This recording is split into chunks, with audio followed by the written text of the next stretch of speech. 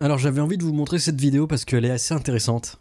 Est-ce que vous connaissez le Jarl? Le Jarl Ulfric Sombrage, Jarl de Vendôme. Alors d'après la légende, il habite à Vendôme. Et bien en fait, il est patron d'une boîte de nuit et souvent il y a une caméra à l'entrée et il filme tous les Kwakubé et les gens complètement zinzin qui veulent rentrer. Et qui se fait recal. Et là on va voir pourquoi un Kevin se fait recal. La raison, bah, il a tapé une femme et il justifie « Oh mais c'était dehors, donc ça va, c'est soft. » Ah bon, c'est en dehors de la boîte, ça va. Vous allez voir, c'est complètement lunaire. On a d'autres news, restez jusqu'à la fin, accrochez vos calvities, parce que c'est parti. Rick balance le générique.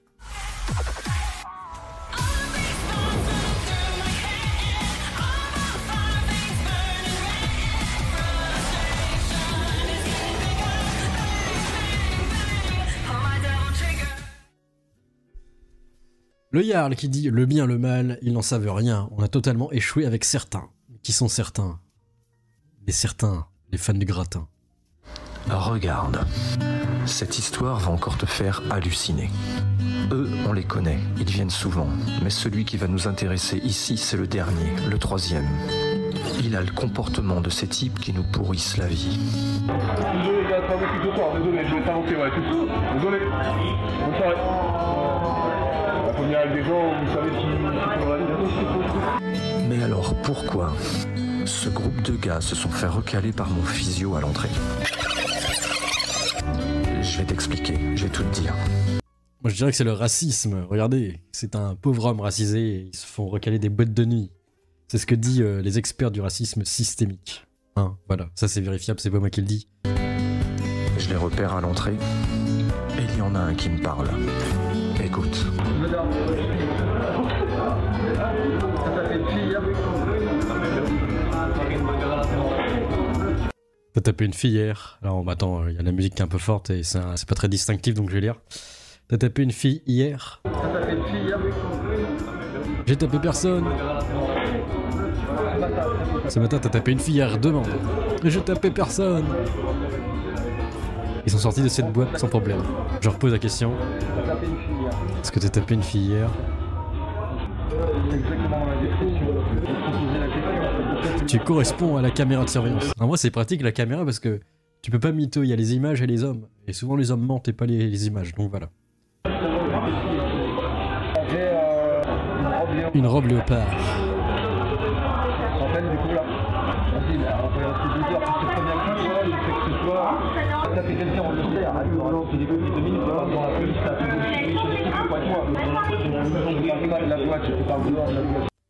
Donc en gros il dit ouais, bah, on le sait, on a la caméra, on a la vidéo, m'étonne pas. Donc qu'est-ce qu'il va répondre?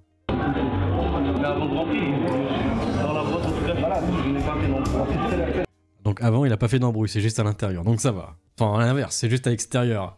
À l'intérieur il s'est tenu à carreau, mais il a juste mis une claque à une fille.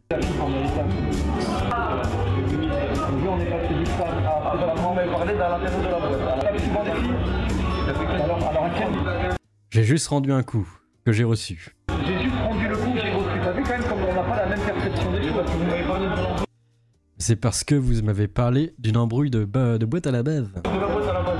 Non mais je suis en train de te dire, on n'a quand même pas la même perception des choses. Je suis en train de te dire. On n'a pas la même perception. Tu tapes une fille. J'ai pas tapé une fille, j'ai juste rendu un coup. T'as tapé une fille, on tape pas les femmes. On m'a insulté, moi. On tape pas les femmes. Ma mère gratuite, c'est pas vrai. Alors quand même, la version, au début on est passé de j'ai rendu un coup, je me suis auto-défendu et après on est passé à elle a insulté ma maman. En plus elle a eu 60 jours d'ITT, c'est énorme quand même, là faut se faire péter la gueule. Parce qu'à la limite quand tu rends un coup à une meuf qui te donne un coup de poing, une claque, bah tu rends proportionnellement, tu rends une claque à la limite. C'est après tu peux pas rendre plus en fait, c'est pas possible, autrement c'est débile.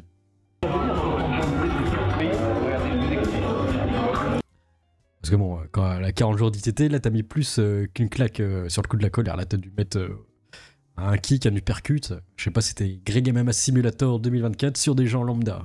Oui, j'ai entendu dans des situations mais ce qui me dérange, c'est qu'on passe du stade à j'ai rien fait, ah oui, je fais, ah oui, je me rappelle, ah ouais, en fait, je me demande à n'importe quelle personne ici de taper une femme, hier soir, les gens vont me dire oui ou non. Pourquoi tu dis pas direct? Ouais, j'ai tapé une fille.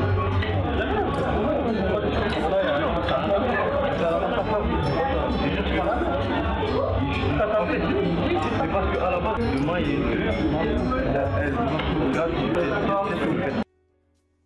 Attends, mais Du coup, c'est plus pareil, là, ça diminue. Là c'est passé de... Elle m'a attaqué, là, c'est passé de crash au visage, donc c'est pas la même chose. Ok, c'est humiliant, mais bon, c'est bon, quoi.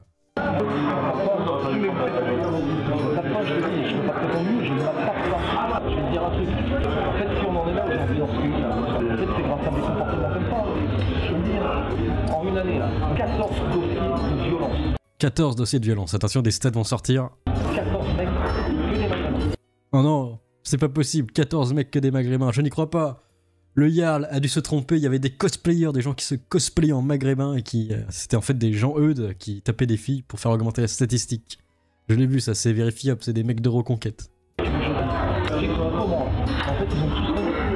Maintenant tu sais tout, après ce dialogue de dingue, je dis à mon physio que je n'en veux pas dans notre château fort. Désolé, gars, pas beaucoup ce soir, désolé, je vais t'inventer, ouais, c'est tout. Désolé. Bonne soirée. C'est lunaire quand même.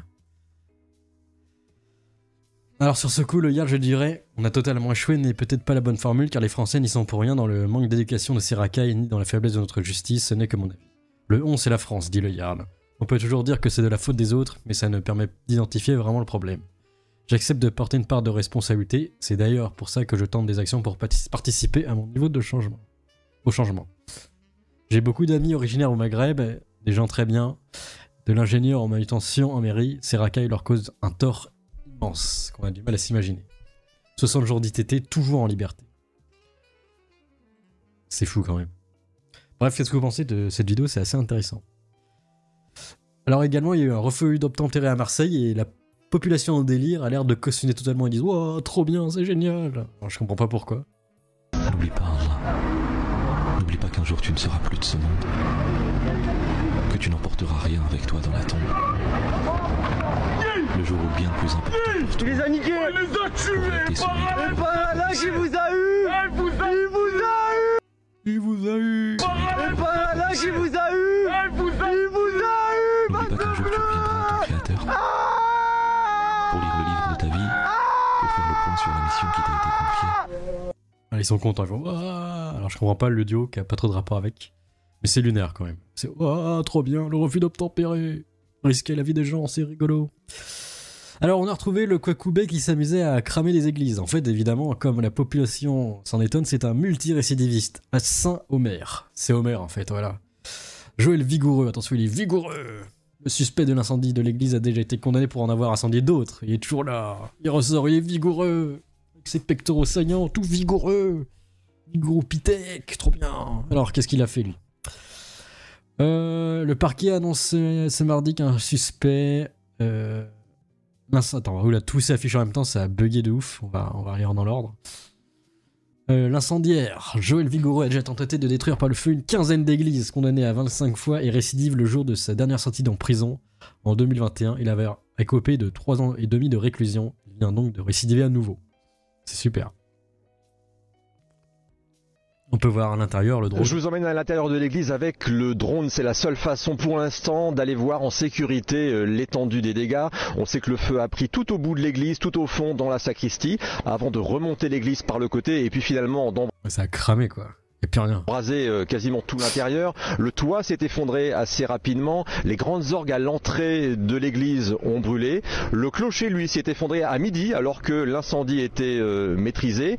Étonnamment, ce qui a été préservé, c'est l'autel avec la Sainte Vierge, les vitraux au-dessus. Cela dit, le curé est assez inquiet parce qu'au-dessus des vitraux préservés, il y a des poutres qui continuent à se consumer, que les pompiers arrosent régulièrement. Et le problème, c'est que si ces poutres tombent, elles risquent d'endommager les vitraux préservés. On sait aussi que les tableaux, les statues ont été préservées qui étaient sur les côtés. Tout ça va être sorti de l'église dans la journée et puis on va commencer à faire des réunions techniques pour préserver de la pluie l'église et on va commencer à parler de la reconstruction.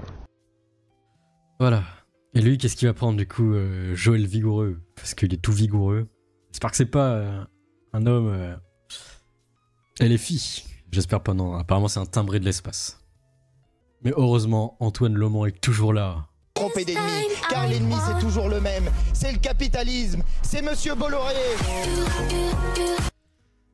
La petite danse du malaise pour finir en beauté sur ces petites news qui donnent pas du tout le smile, parce que c'est le retour de Night City, c'est la rentrée, il y a toujours de plus en plus de carabistouilles. Bref, qu'est-ce que vous pensez de ces news, de ces récidivistes, de ces Kwakubé? C'est la beauté de la France. Allez, à plus, Amogus. On veut camo sur les mortiers. Et trop peu des sommes comme les Arasaka. Sans un sachoir et les bobos. J'ai la gueule comme la rousse. Et je suis partout comme la malbouffe. Mon robot de justice pour Rebecca.